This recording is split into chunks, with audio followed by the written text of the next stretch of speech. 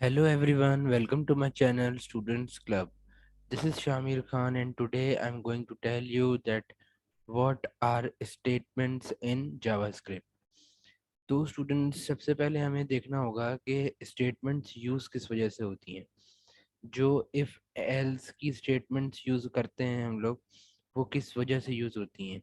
ये हमारी real life example भी मैं एक तरह से आपको दे सकता हूँ कि फॉर एग्जांपल मैं एक एग्जांपल लूँ ये कि अगर बारिश हो रही है, मतलब अगर रेन हो रही है तो ही कोई भी पर्सन अम्ब्रेला लेके बाहर निकलेगा, और अगर बारिश नहीं हो रही तो कोई भी पर्सन अम्ब्रेला लेके बाहर नहीं निकलेगा।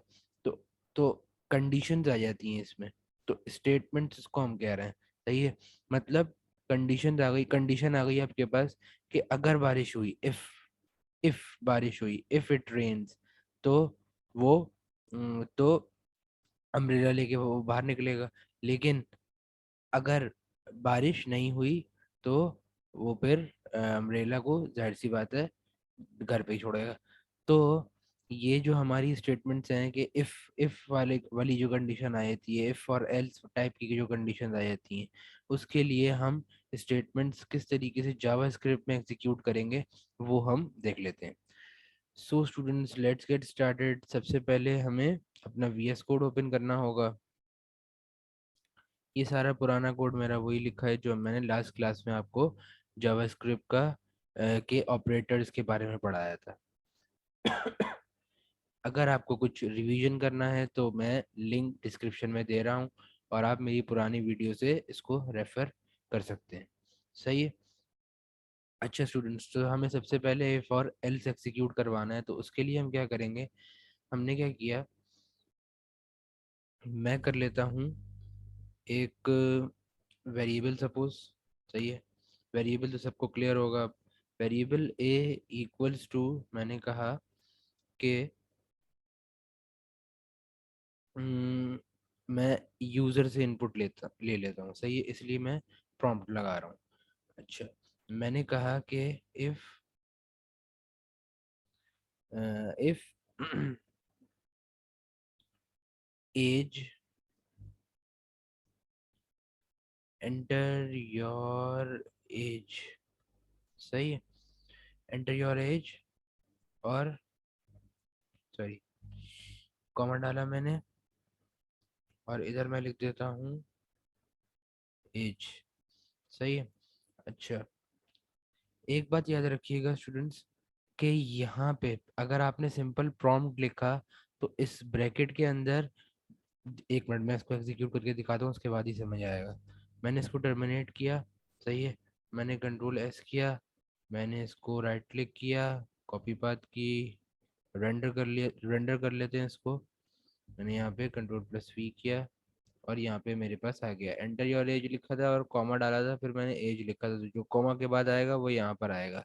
सही है, एज में मैं लिख देता हूँ फॉर एग्जाम्पल 18। सही है। अब 18 उसने एग्जीक्यूट तो करा लिया है, लेकिन ये 18 को उसने एज अ स्ट्रिंग लिया है। सही है, स्ट्रिंग इस वजह से क्योंकि प्रॉम्प्ट जो बाय डिफॉल्ट वैल्यू लेता है वो स्ट्रिंग वैल्यू लेता है। सही है, स्ट्रिंग मतलब कोई भी टेक्स्ट वैल्यू लेता है। प्रॉम्प्ट का मतलब तो समझ आएगा कि यूजर से इनपुट लेगा, यूजर खुद अपना इनपुट डाल सकेगा उसमें। सही है, लेकिन ये बाय डिफॉल्ट वैल्यू क्या लेता है, पहले से ही मतलब वैल्यू क्या लेता है, स्ट्रिंग लेता है। अब हमें फॉर एग्जांपल एज तो नंबर्स में होती है, इंटीजर्स में होती है, अब हमें इंटीजर में करना है तो हम क्या करेंगे उसके लिए। मैं इधर गया और मैंने क्या कर दिया, प्लस। बस, प्लस, बस। इससे फायदा ये होगा हमें कि जब भी हम नंबर इनपुट करेंगे तो वो उसको एज अ इंटीजर समझेगा। सही है। अब मैं बाकी की कोडिंग कर देता हूँ पहले। मैंने कहा कि वेरिएबल ए जैसी एज डालेगा, तो मैंने इफ की कंडीशन लगाई। सही है, मैंने कहा कि ए इज अगर ग्रेटर देन और इक्वल्स टू 18 है तो क्या प्रिंट कर दे, वो अलर्ट जनरेट कर दे कि output, sorry, you are eligible to drive. सही है, अगर 18 है या फिर 18 से ज़्यादा है एज तो आप एलिजिबल हो ड्राइव करने के लिए। लेकिन अगर एलिजिबल नहीं हो ड्राइव करने के लिए तो क्या आ जाए, एल्स एक और अलर्ट क्रिएट हो जाए। अगर ऐसा ना हो तो you are not eligible to drive. सही है स्टूडेंट्स, मतलब अब मैं समझा देता हूँ कि जैसे ही आपने यूज़र से कोई ना कोई इनपुट लोगे, तो अगर वो इनपुट डाली हुई वैल्यू 18 से बराबर, 18 के बराबर है या 18 से ग्रेटर है, सही है, अगर 18 के इक्वल है या 18 से ग्रेटर देन है, तो एक अलर्ट क्रिएट हो जाना चाहिए कि you are eligible to drive, मतलब आप ड्राइव कर सकते हो। और अगर इसके अलावा कोई भी कंडीशन है, सही है, इसके अलावा कोई भी कंडीशन, जाहिर सी बात है क्या होगी, 18 से कम कम कम की, तो 18 से कम कम की पे वो क्या दे देगा, you are not eligible to drive. इसका मतलब है ये कंडीशन अगर फॉल्स हो गई, सही है, तो उन हर कंडीशन पे फॉल्स होने पे वो क्या देगा, you are not eligible to drive. सही है, इसको एग्जीक्यूट करके देख लेते हैं। मैंने कंट्रोल प्लस एस किया, इसको रेंडर किया, मैंने एज डाली फॉर एग्जांपल 18, तो वो क्या देगा, you are eligible to drive. सही है। उसने दे दिया कि you are eligible to drive. For example मैं इसको वापस से रेंडर कर लेता हूँ और मैं 17 वैल्यू डाल के देख लेता हूँ, तो उसने क्या मुझे दे दिया, you are not eligible to drive. For example मैं इसको एक और बार रेंडर कर लेता हूँ और मैं कोई 55 वैल्यू दे देता हूँ, तब भी वो क्या देगा, you are eligible to drive, क्योंकि मैंने ग्रेटर देन और इक्वल टू दोनों का साइन दिया हुआ था। ये देख सकते हैं आप, ग्रेटर देन और इक्वल टू दोनों का साइन दिया हुआ था। सही है। अच्छा ये तो क्लियर हो गया। अब इफ की तो कंडीशन मैंने समझा दी, इफ अलग समझा दिया, एल्स अलग। अब आपका ये तो सिर्फ एक कंडीशन के लिए हुआ ना, यहाँ पे हम कंडीशन लगी थी मेन, और बाकी सारी कंडीशन पे उसने कह दिया था you are not eligible to drive. अब फॉर एग्जांपल हमें मल्टीपल कंडीशन लगानी हो तो उसके लिए क्या करेंगे, हम वो देख लेते हैं। सही है, मैंने क्या कहा कि एक वेरिएबल क्रिएट कर दूं मैं, ए इक्वल्स टू, और क्या होना चाहिए उसके अंदर, मैंने कहा कि plus, sorry, plus prompt Ajay और एंटर योर मार्क्स। सही, मार्क्स एंटर कर दें। अच्छा, फिर मैंने क्या कहा कि इफ वो मार्क्स जो हैं, अगर मतलब ए की वैल्यू अगर ग्रेटर देन है, for example greater than equals to है किससे, 80 से। सही है। अब ये देखें मैं क्या लगा रहा हूँ, ये है असल चीज, अभी मैं बताता हूँ उसका। और सॉरी, और नहीं, एंड, एक तो कंडीशन ये है कि अगर हमारी जो एंटर किए गई वैल्यू वो 80 से greater than and equals to है, एंड ये वाली कंडीशन भी आएगी, अब क्या, A is less than equals to 100। सही है। तो इस सिचुएशन पे वो क्या प्रिंट करवा दे, वो एक अलर्ट क्रिएट करवा दे कि ग्रेड क्या है आपका, ग्रेड है आपका ए प्लस। सही है। अब देखें इसको, इसको जरा सही से देख लेते हैं। इसके अंदर मैंने एंड एंड क्यों लगाया, एंड एंड का ये कॉन्सेप्ट होता है कि ये वाली कंडीशन भी ट्रू होनी लाजमी है और ये वाली कंडीशन भी ट्रू होनी लाजमी है। सही है। दोनों कंडीशन ट्रू होंगी तो ही ये मैसेज क्रिएट होगा, वरना ये एग्जीक्यूट नहीं करेगा, वरना हम यहाँ पे जो कंडीशन डालेंगे वो एग्जीक्यूट होगी। सही है, मतलब दोनों कंडीशन होनी लाजमी है। तो मैंने कह दिया कि 80 से ग्रेटर देन है मार्क्स उसके, और 100 से लेस देन या इक्वल्स टू मार्क्स हैं, तो क्या प्रिंट हो जाए, ग्रेड ए प्लस। सिमिलरली मैं अब मल्टीपल कंडीशन के लिए क्या लिखूंगा, एल्स लिखूंगा और इफ, दोनों लिखना पड़ेगा मुझे। सही है। एल्स इफ लिखा मैंने। अब मैं इसके अंदर कंडीशन देता हूँ एक और, कि ए की वैल्यू अगर ग्रेटर देन है किससे,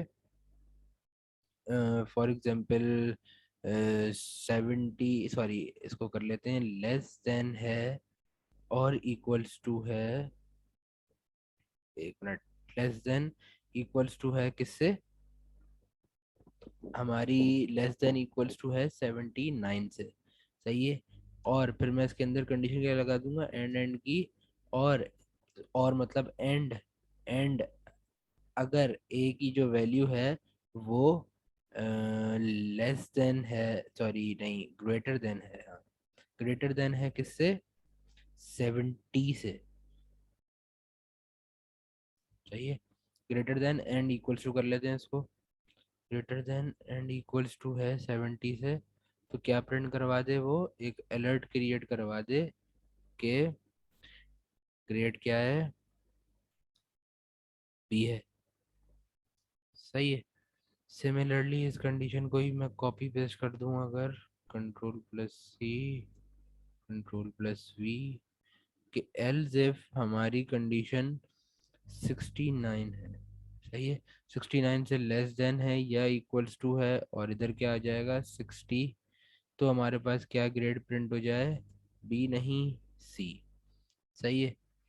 और अगर 60 से नीचे आते हैं, सही है, तो वो सारी कंडीशंस, पहले इसको एक और दे देते हूँ एल्स इफ की कंडीशन में, एल्स इफ कि अगर ए की वैल्यू ग्रेटर देन, सही है, ग्रेटर देन 100 है, तो क्या प्रिंट कर दे वो, अलर्ट क्रिएट कर दे कि एंटर करेक्ट मार्क्स, सही है। 100 से ज़्यादा मार्क्स तो आ नहीं सकते, 100 टोटल है क्योंकि, सही है। अच्छा, और बाकी सारी कंडीशंस पे मैं क्या दे देता हूँ उसको, एल्स, मैंने इसको क्या दे दिया, एल्स अलर्ट,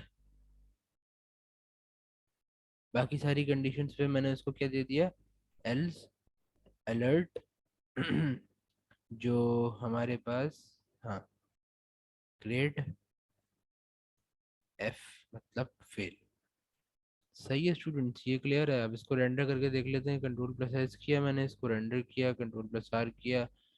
अच्छा, अब मैं डाल रहा हूँ 88, तो ए प्लस आना चाहिए, ए प्लस आ गया है।